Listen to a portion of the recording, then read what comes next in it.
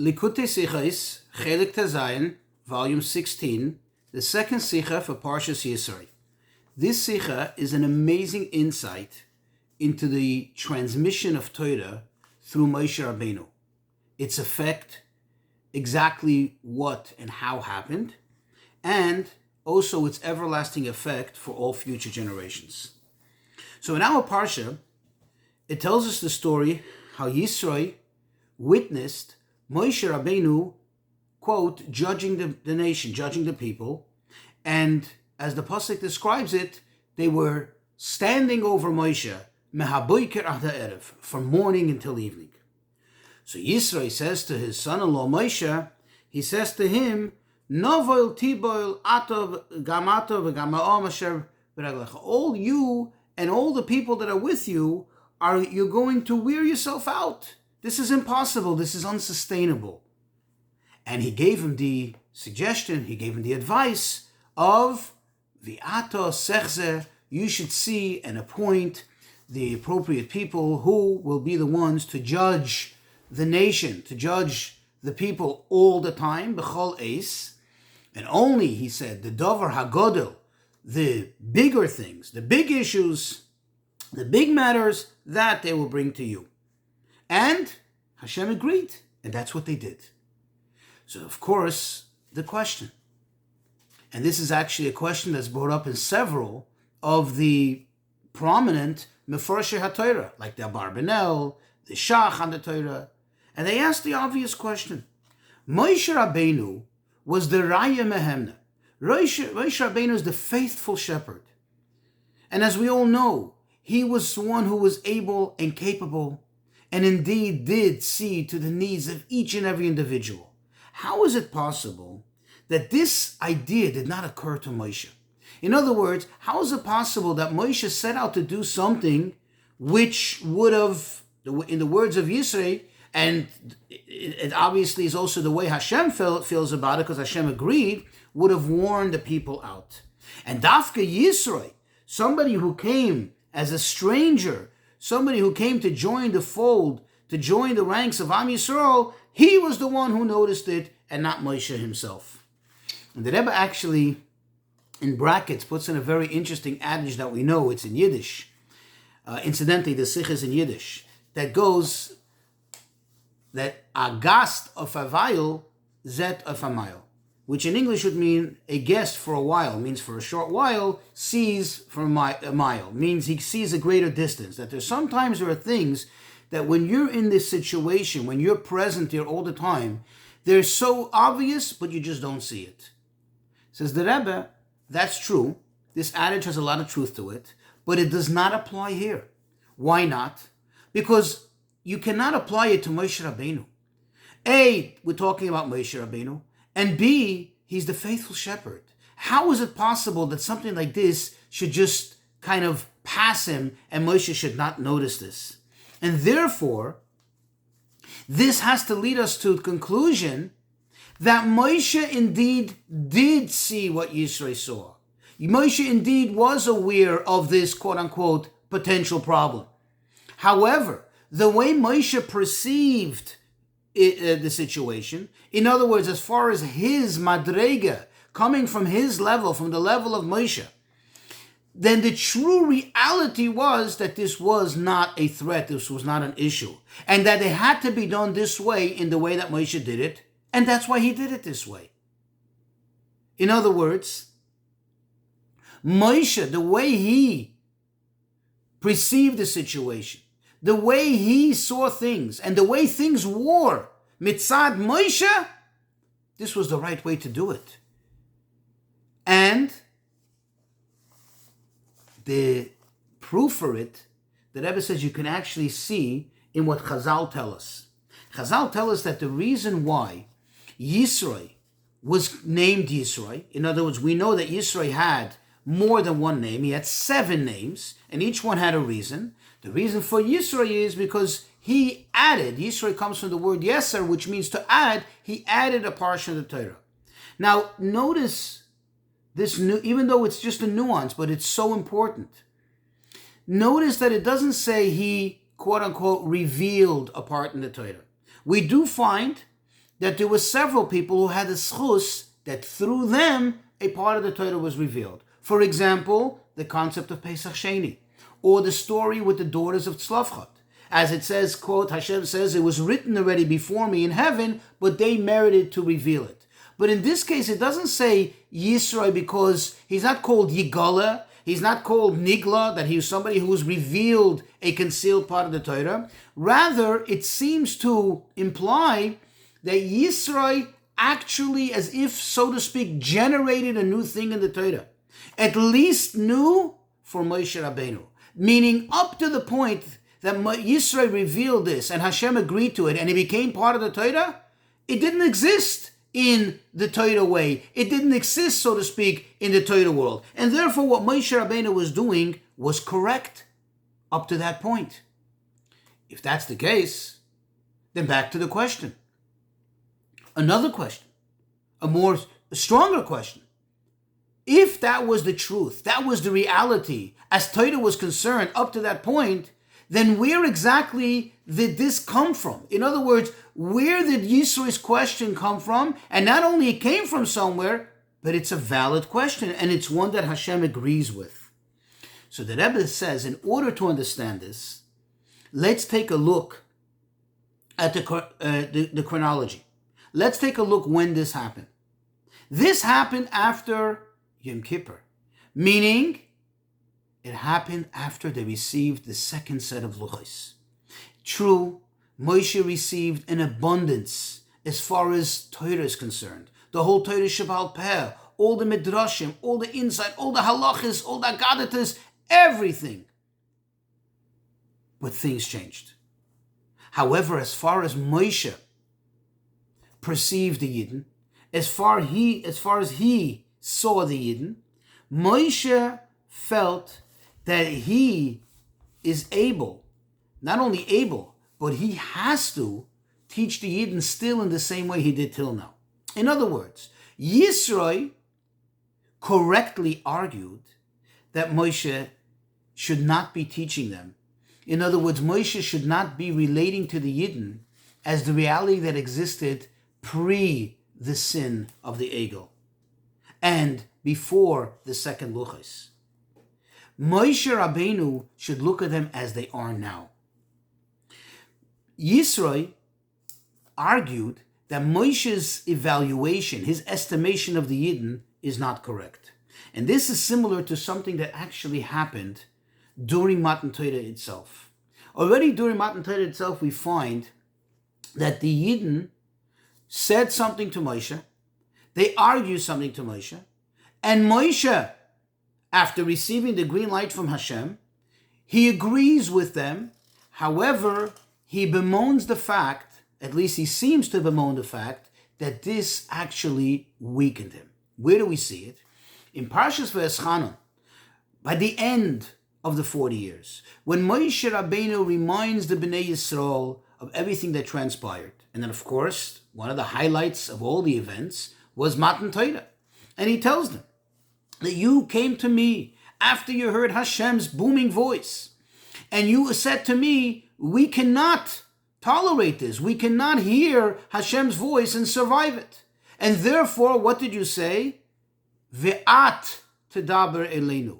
And you, and in the word at, they didn't say ata in the masculine, they said at in the feminine. Why would the Torah present it in such a way? Why would Moshe remind them of this? So Rashi even brings this. The Chazal tell us that Moshe was telling them that you actually made me feel weak. You hitashtem koichi kinekeva. You made me feel you gave me like a feminine feeling that I suddenly became softer and weaker in order to accommodate you. Yes, Hashem said, Heitivu asher deberu, they're correct, they're speaking the right thing, and we will do it this way. I will speak to you, and you will transmit it to them. And over here, too, is the question, what happened here? Were the Yidden right? Were the Yidden wrong? If they're wrong, Hashem wouldn't agree with it. If they're right, why didn't Moshe see it? The answer is that Moshe Rabbeinu was not mistaken. When he expected, when he hoped that the Yidden will hear it directly from Hashem, Moshe Rabbeinu was looking. In other words, he perceived Bnei Yisrael the way they are truly on a high level. Meaning, he had full and realistic expectations that they are able to hear it directly from Hashem. However, the problem is that the reason why they were capable of hearing it directly from Hashem, when Moshe saw them, when Moshe was perceiving them, is precisely because Moshe was looking at them. In other words, the fact that Moshe was connecting to them, the fact that Moshe was presently looking and perceiving them, actually elevated them. And in that moment, in that point, indeed, they were capable of hearing Hashem. So then what's the Bnei Yisrael's argument for not doing so? Their argument was that since the Torah is something that they need to, quote unquote, receive, they need to absorb it. They need to bring it into their reality. The reality that Moshe sees them in is not their reality. It's the reality that becomes when Moshe sees them, when Moshe looks at them, when Moshe connects to them. But when they are who they are, they're not on that level. They're not capable of tolerating such a tremendous revelation of, Hashem himself speaking directly to them. And their desire was that they should connect to the Torah. It should be a true connection. It should be a real connection. It should be something that comes from them and connects to them. And that's Hashem agreed with. That Hashem said, yes, they are correct in what they are saying. And now we can also understand the reaction of Moshe, the expression that he uses. Notice that Moshe did not use an expression of pain. He didn't say, you pained me. He didn't say, you caused me grief. He said, you caused me chalishus, a weakness of my strength. That's not a negative, actually. What he was saying to the Yidden was, because Hashem now set in motion this plan, that what? That he will speak to me and I will speak to you. I will become the intermediary between Hashem and you. You're not going to hear it directly from Hashem. You're going to remain in your level and receive it from me. Will I receive it from Hashem? I had to lower myself. I had to, so to speak, turn the volume down. I had to kind of deflate my energy, my spiritual energy, in order to be able to properly convey it to you, in order to be able to properly connect it to you, and be the true and ultimate intermediary that Hashem wants me to be. Now we can understand what happened over here in our discussion, meaning in our case, the case where Moshe was sitting and judging the people. When Moshe received the second luchos, he was in the mindset, or he truly believed, and perhaps this was reality, again, the way Moshe perceived the Jews, that the Jews are still on the level of receiving it directly from him. Now, why is that a benefit? Of course, it wasn't ego. It wasn't that he wanted to be the sole transmitter of the Torah. Rather, Moshe wanted the best for the Yidden. He wanted them to receive the Torah in the absolute best manner. And he knew that he is the one who heard it from Hashem. He is the one who got it directly from the source. And what better way of giving the Yidden the full entirety and integrity of the Torah, if not him who got it directly from Hashem? Since he received it directly from Hashem, he is the best person to transmit it to them without any interruption, without any filter at all. To put it in Hasidic terms, Moshe Rabbeinu received the Torah in a manner of re'iyah, of vision. We know that there's a difference between re'iyah and shmiyah, hearing something or seeing something. The level of Moshe's reception of the Torah was in a manner of re'iyah that it becomes real, it's vivid, it's something which connects to you in the ultimate way, in the ultimate manner. So Moshe felt if he's going to teach some chachamim, and they're going to go and teach the Torah to the Yidden, there's already going to be somewhat a delusion. There's going to be a filter already. It's going to become somewhat lost. That impact that he can share with the Yidden will not be there. And therefore he felt that if he was the one to teach them, then it's going to be the best for them meaning that they are going to receive the Torah in the best possible manner, in the best way that a Yid can receive the Torah. And this is the chidush, this is really the novelty of what Yisro realized, and that's why it required someone like Yisro to come and say, Moshe, this is not the right thing. I get what you're trying to do, and it's a fantastic thing that you're trying to do, but it's not going to be the right thing for them. And it's not the right thing, as we'll soon see, for the future of Torah. You see, Yisro was a ger. He was a stranger. He came from a totally different place. So when he came in, he didn't see the Yidden from Moshe's vantage point, so to speak, from Moshe's view, coming from the top and elevating the Yidden by perceiving them in a certain way. He saw them in the reality that they were. Like you could say, he had his feet on the ground. And therefore, he saw the Yidden not on this great elevated state that Moshe sees them.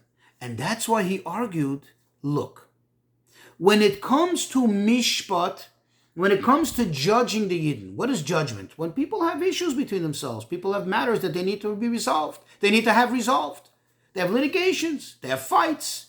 They have misunderstandings. They have disputes. Moshe, if you are going to be the one to do it, they will never ever get to resolve their matters. They're never ever going to really get to be themselves and to be themselves. Why? It's just like imagine two chassidim have a little dispute and you're going to go bring it, not a regular rov, not a bezdin, you stand in front of the Rebbe. In front of the Rebbe, you're silent. You don't have anything to say. You're bottled. Not only you're in an elevated state of kedusha that those little problems that you had with your friend, the fights that you had and the misunderstandings and the disputes, they fall away. So Moshe, he says, if you're going to be the one to judge them, then they're not going to be themselves, they're not going to be in their zone, in their reality, then it's not going to be something that they can receive. They won't receive. There won't be anything, and they'll never really get to absorb Torah. They're never going to get really to incorporate Torah into their lives, into their reality. However, as far as learning Torah, which he called the Dover HaGodol, the grand things, the big things, giving them, the direction of Torah, that you should do. Because that they need to hear from the source. That they need to hear from you, who heard it from Hashem. And Hashem agreed to this. Why did Hashem agree to this? Because Hashem knew what Moshe Rabbeinu did not know yet. Remember, at that stage, at that point in time, it was still, the expectation was that Moshe Rabbeinu will take the Yidden to Eretz Yisrael. And if he leads them in Eretz Yisrael, this will be the ultimate coming to Eretz Yisrael. And therefore, Moshe Rabbeinu will always be with them. So Moshe Rabbeinu didn't see a need to delegate, so to speak, this authority of teaching Torah, because he's always going to be there. So he's always going to be there to elevate the Yidden, always going to be there to teach the Yidden, and there's no problem. But Hashem knew the future.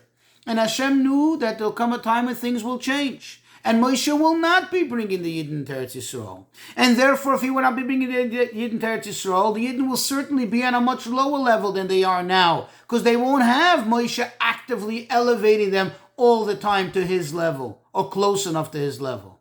And therefore Hashem said, yes, this is the right way to go. However, if this is the right way to go, why is it that Yisro says to him, no, you have to do it? Moshe Rabbeinu says, V'ato sechza. In other words, why couldn't they just, put together an advisory board of all the Skenim, including Aaron HaKohen, and they should choose all the leaders, all the judges, all the teachers, and so on. Why is it that he specified, V'ato sechza, you should see to it, you should choose? And interestingly, what does Rashi say when he says, V'ato sechza, and you should view, you should see? Rashi says you should see with your Ruach HaKodesh. You should pick the right people.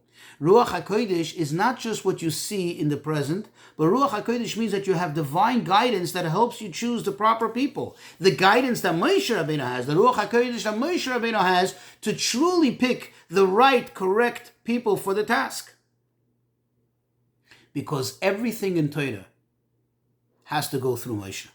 As we know, even the Gemara says that even Kol Masha Talmud Vasik Asik Lechadesh, that even in any future generation, a diligent student is going to be Mechadish. What does Mechadish mean? Comes up with a novel idea in the Torah. What does novel idea mean? Something new. It was never there before. Even that was said to Moshe Beruach HaKodesh in Har Sinai. It's just that nobody, that's a whole discussion itself, but nobody picked up on it, so to speak. Let's just put it in simple words. Nobody ever realized it. Nobody ever noticed it. It was there all the time. Because if it doesn't go through Moshe, it isn't Torah. But notice what he said to him. Notice how he said to him, If you look at the word Ve'ata Sechse, anybody who knows Lashon HaKodesh, of course, it's in the Torah, but you know this is not pure, authentic Lashon HaKodesh. In Lashon HaKodesh, it should have been Ve'ata Sir'eh, and you shall see. Sechze, Chizayon, this is already an Aramaic word. This is already a word of Targum. Why did he say that? Because it has to all go through Moshe Rabbeinu. But if it would go through Moshe Rabbeinu, in a manner of sir'eh, as Moshe Rabbeinu is in a level of Lashon HaKodesh, without, as we said before, Moshe Rabbeinu lowering somewhat the volume, lowering somewhat the capacity, in order to relate better to them, to give it to them in the level that they are on, so to speak, stepping down, then it wouldn't have that effect. Again, we would be back to the problem that Yisro was pointing out to Moshe. And that's why Moshe Rabbeinu himself, so to speak, had to see it not in a way of Re'iyah, but already through a way of Targum, in a step down, and that way to transmit it to the Yidden. And this also helps us understand better why the entire parsha, even the part where we receive the Torah, is called Yisro. Why? Because why isn't it called Moshe? Moshe is the one who gave us the Torah. Because Moshe Rabbeinu, being on the level that he was, being on the level that he perceived the Jews to be on, we would never have the Torah as you and I, as we live in the reality that we live in. Only because it went through, so to speak, a Yisro. It went through somebody who came in and contributed, and somebody who saw it from the bottom up, so to speak. Somebody who was able to draw Moshe down out of his reality to our reality. That's how we have the Torah. That's how we have what we have. And this is actually the ultimate purpose of the Torah. Because really a question can be asked here. In the final chapter, the Rebbe asks, so this is all a negative? In other words, is this all somewhat of a loss of standard? It seems to be. Based on everything we explained, the Yidden were lower, Moshe had to go lower, this all had to be revealed through Yisro. So it's all a Yerida. It's all like we're in a secondary standard. It's almost like plan B. Is that it? Says the Rebbe, not at all. If you look at it from the Pnimius Inyonim, you say, Adarab. It's just the opposite is the truth. That it's when he quotes from the Mittler Rebbe.